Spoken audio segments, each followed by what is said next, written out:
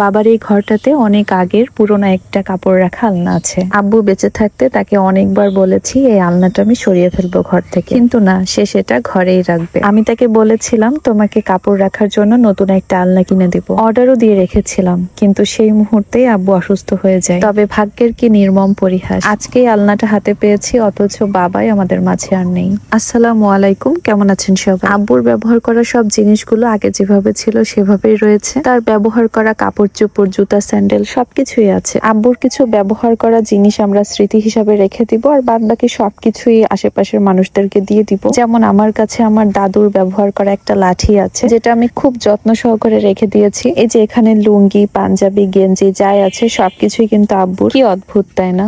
বেঁচে থাকতে একটা মানুষের কত কি লাগে, অথচ মানুষটা যখন চলে যায় তখন সাথে করে কিচ্ছু নিয়ে যায় না।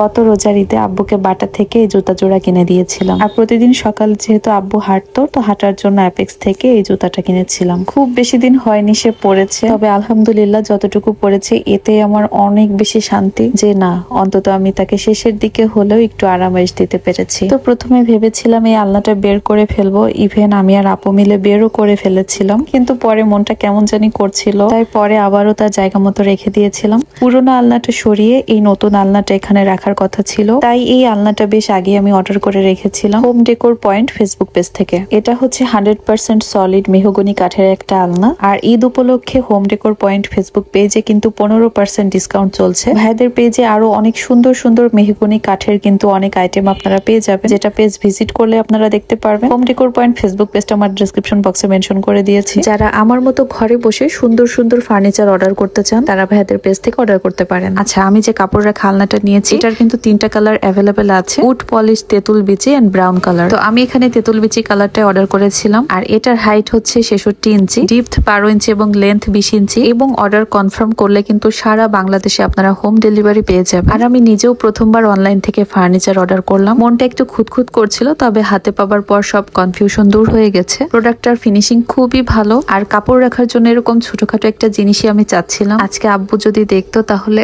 এত খুশি হতো। আমার মনের শান্তির জন্য আব্বুর কিছু কাপড় আমি এখানে রাখবো। আমার আব্বু আম্মুকে নিয়ে অনেক কিছু করার ইচ্ছা ছিল আমার, তবে আল্লাহ তো উত্তম পরিকল্পনাকারী, তিনি যেটা ভালো মনে করেছেন সেটাই হয়েছে। তাই মনকে বুঝিয়েছি, আল্লাহ যেটা করেছেন ভালোই করেছেন। তো আব্বুর কিছু শার্ট, পাঞ্জাবি আমি এখানে রেখেছি, আর নিচের এই ড্রয়ারটাতে আব্বুর জুতা রেখে দিব। একটু সময় নিয়ে সবকিছু গুছিয়ে আশেপাশে যারা গরিব আছেন তাদেরকে সবকিছুই দিয়ে দিব। এখানেই আগের পুরোনো আলনাটা ছিল, তবে একদমই মন চাচ্ছিল না যে এখানে নতুন আলনাটা রেখে পুরোনোটা সরিয়ে ফেলি, তাই পুরোনো আলনাটা তার জায়গায় রেখে নতুনটা এখানে রেখেছি আপাতত। একটা জিনিস রিয়েলাইজ করেছি, বাবার বাড়ির প্রত্যেকটা জিনিসই কিন্তু অনেক বেশি মায়ার, হোক না সেটা পুরোনো দিনের, তারপরও কেন জানি কিছুই ফেলতে ইচ্ছা করে না। আমার দোয়া বাবার জন্য সব সময় আছে এবং থাকবে। ভিডিওটা আমি আজকের মতো এখানেই শেষ করছি। আমার ছোট্ট একটা ইমোশনাল স্টোরি আপনাদের সাথে শেয়ার করলাম। যাই হোক, দেখা হয়ে যাচ্ছে নেক্সট ভিডিওতে। সে পর্যন্ত সবাই ভালো থাকবেন, সুস্থ থাকবেন। আল্লাহ হাফেজ।